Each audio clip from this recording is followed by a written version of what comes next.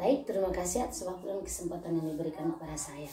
Perkenalkan, nama lengkap saya Maria Beatrix Filengowi, biasa dipanggil Airin. Saya semester 2 dari program studi pendidikan musik. Di sini saya akan mempresentasikan materi perencanaan pembelajaran. Dalam perencanaan pembelajaran ada pengertian pembelajaran, tujuan pembelajaran, kompetensi pembelajaran, materi pembelajaran, dan strategi pembelajaran. Di sini saya akan mempresentasikan 3 elemen saja, yaitu kompetensi, materi, dan strategi. Yang pertama kita masuk di kompetensi pembelajaran. Menurut Kamus Besar Bahasa Indonesia, kompetensi adalah kecakapan mengetahui, berwenang, dan kuasa memutuskan atau menentukan atas sesuatu. Terus menurut Peraturan Pemerintah Nomor 32 Tahun 2013, kompetensi adalah seperangkat sikap, pengetahuan, dan keterampilan yang harus dimiliki, dihayati, dan dikuasai oleh peserta didik setelah mempelajari suatu pembelajaran, menanamkan suatu program, atau menyelesaikan suatu pendidikan tertentu. Jadi, kompetensi pembelajaran adalah kemampuan yang ada pada diri siswa setelah mengikuti kegiatan belajar dan siswa mampu menunjukkan dan mengaplikasikan keterampilan tersebut dalam kehidupan sehari-hari. Selanjutnya, ada 6 dimensi dalam konsep kompetensi. Yang pertama, pemahaman. Pemahaman adalah kedalaman kognitif yang dimiliki oleh seseorang. Yang kedua, kemampuan. Kemampuan adalah keterampilan atau bakat yang dimiliki individu untuk melakukan pekerjaan.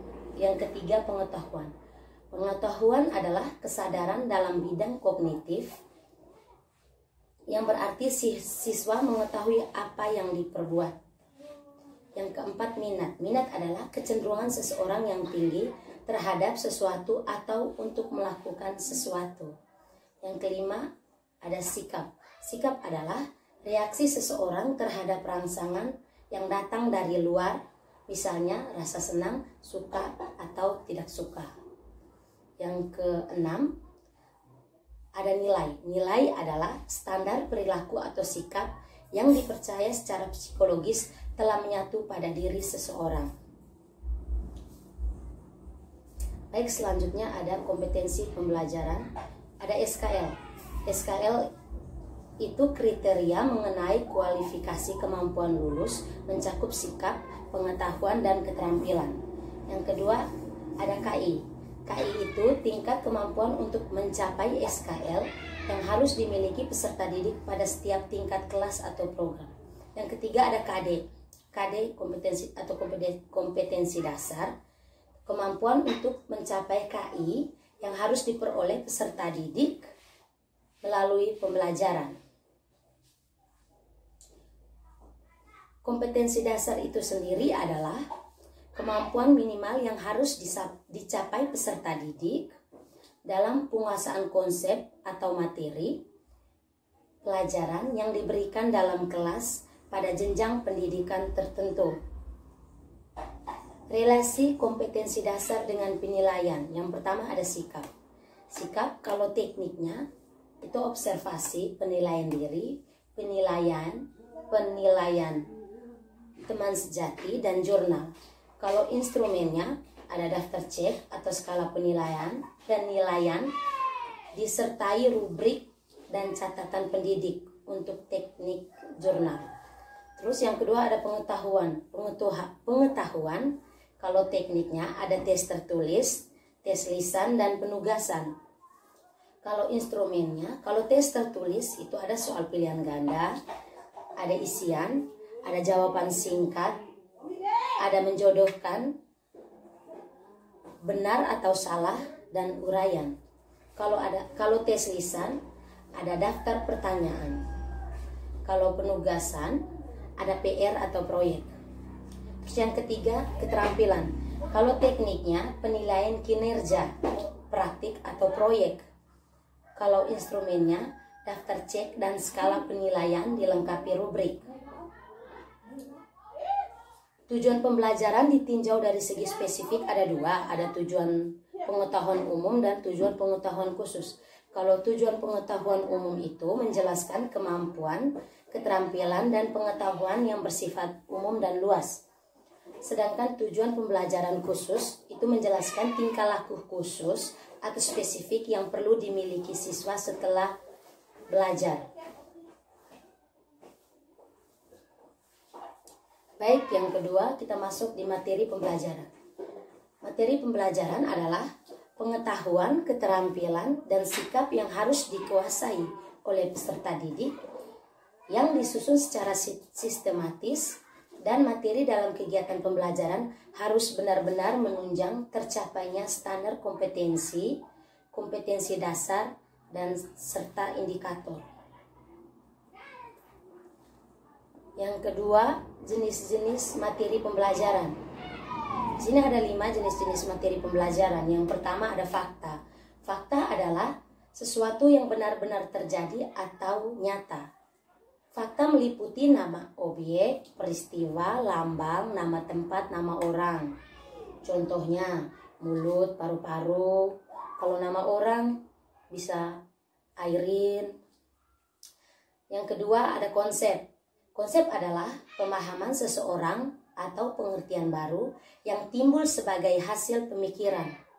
Meliputi definisi, pengertian, ciri khusus, dan isi. Contohnya, usaha pelestarian satwa fauna di Indonesia.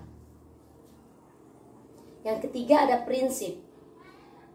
Prinsip adalah berupa hal-hal pokok dan memiliki posisi tertentu. Meliputi rumus, paradigma, dan teori. Contohnya hukum Handy Weinberg. Yang keempat ada prosedur. Prosedur merupakan langkah-langkah sistematis atau berurutan dalam melakukan suatu aktivitas. Contoh, langkah-langkah metode ilmiah yaitu merumuskan masalah, observasi, hipotesis, melakukan eksperimen, dan yang terakhir biasanya menarik kesimpulan. Bukan biasanya, tapi memang harus. Yang kelima, sikap atau nilai merupakan hasil belajar dalam aspek sikap. Contohnya pemanfaatan lingkungan hidup dan pembangunan berkelanjutan. Yang ketiga, prinsip-prinsip penentuan materi pembelajaran. Itu ada 3. Ada relevan, ada konsisten, dengan kecukupan. Yang pertama relevan. Relevan atau kesesuaian adalah materi pembelajaran hendaknya relevan dengan pencapaian standar kompetensi dan kompetensi dasar. Contohnya, kompetensi dasar yang harus dikuasai peserta didik adalah mendeskripsikan organ tubuh manusia. Yang kedua, konsisten. Konsisten berarti materi yang dijelaskan kepada peserta didik harus sesuai dengan kompetensi dasar. Contohnya, kompetensi dasar yang harus dikuasai peserta didik adalah pengajaran mengenai sistem gerak pada manusia.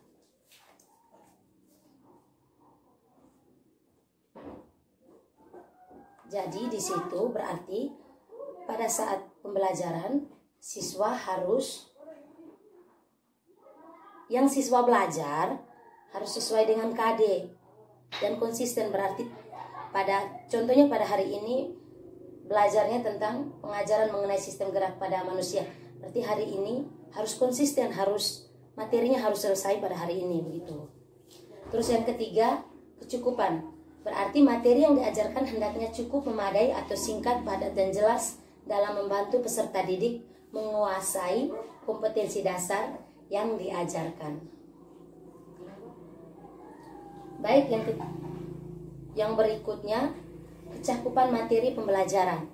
Di sini yang pertama, kecakupan materi pembelajaran yang pertama ada aspek kognitif, aspek afektif, dan aspek psikomotorik.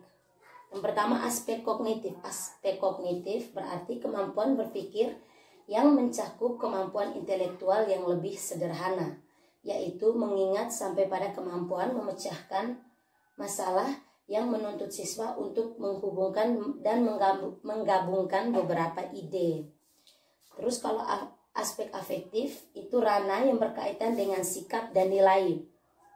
Mencakup watak perilaku seperti perasaan, minat, sikap, emosi, dan nilai. Yang ketiga, aspek psikomotorik. Itu berarti aspek yang berkaitan dengan keterampilan atau skill atau kemampuan yang bertindak setelah peserta didik menerima pengalaman belajar tertentu. Yang kedua, keluasan materi, berarti menggambarkan seberapa banyak materi yang dimasukkan ke dalam suatu materi pembelajaran dan yang harus dipelajari peserta didik. Yang ketiga, kecakapan materi. Cakapan materi berarti memadainya cakupan materi juga perlu diperhatikan karena cakupan aspek materi pembelajaran akan sangat membantu tercapainya penguasaan kompetensi dasar yang telah ditentukan. Elemen yang ketiganya strategi dan metode pembelajaran. Yang pertama, konsep strategi dan metode pembelajaran. Strategi pembelajaran merupakan salah satu komponen di dalam sistem pembelajaran.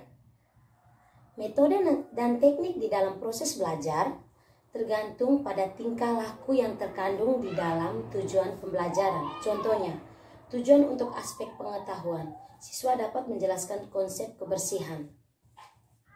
Terus, tujuan untuk aspek keterampilan, siswa dapat membersihkan ruangan kelas. Setelah dari aspek pengetahuan, siswa menjelaskan konsep kebersihan.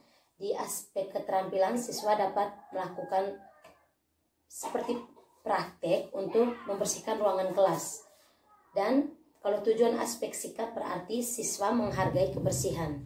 Dengan membersihkan ruangan kelas, berarti otomatis mereka menghargai kebersihan. Yang kedua, cara menentukan strategi pembelajaran. Di sini ada 5 cara menentukan strategi pembelajaran. Yang pertama ada faktor tujuan. Faktor tujuan berarti tujuan pengajaran menggambarkan tingkah laku yang harus dimiliki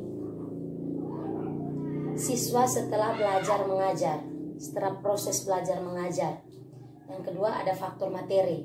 Faktor materi berarti materi pelajaran memiliki karakter yang berbeda-beda, sehingga membawa implikasi terhadap penggunaan cara dan teknik di dalam proses belajar mengajar. Yang ketiga ada faktor siswa. Berarti tujuan harus dicapai dalam proses belajar mengajar semata-mata untuk merubah perilaku siswa itu sendiri. Yang keempat ada faktor waktu. Berarti tujuan yang menyangkut jumlah waktu dan kondisi waktu. Yang terakhir ada faktor guru. Ini faktor yang paling penting karena kalau ada siswa tapi tidak ada guru, berarti tidak mungkin terjadi proses belajar mengajar di dalam kelas maupun di luar kelas. Faktor guru berarti faktor penentu terjadinya pelaksanaan proses belajar mengajar. Baik, sekian dulu presentasi dari saya. Mohon maaf jika ada salah kata. Akhirnya semoga kita semua selalu diberi kesehatan dan Tuhan Yesus selalu memberkati semua pekerjaan dan usaha kita. Selamat pagi.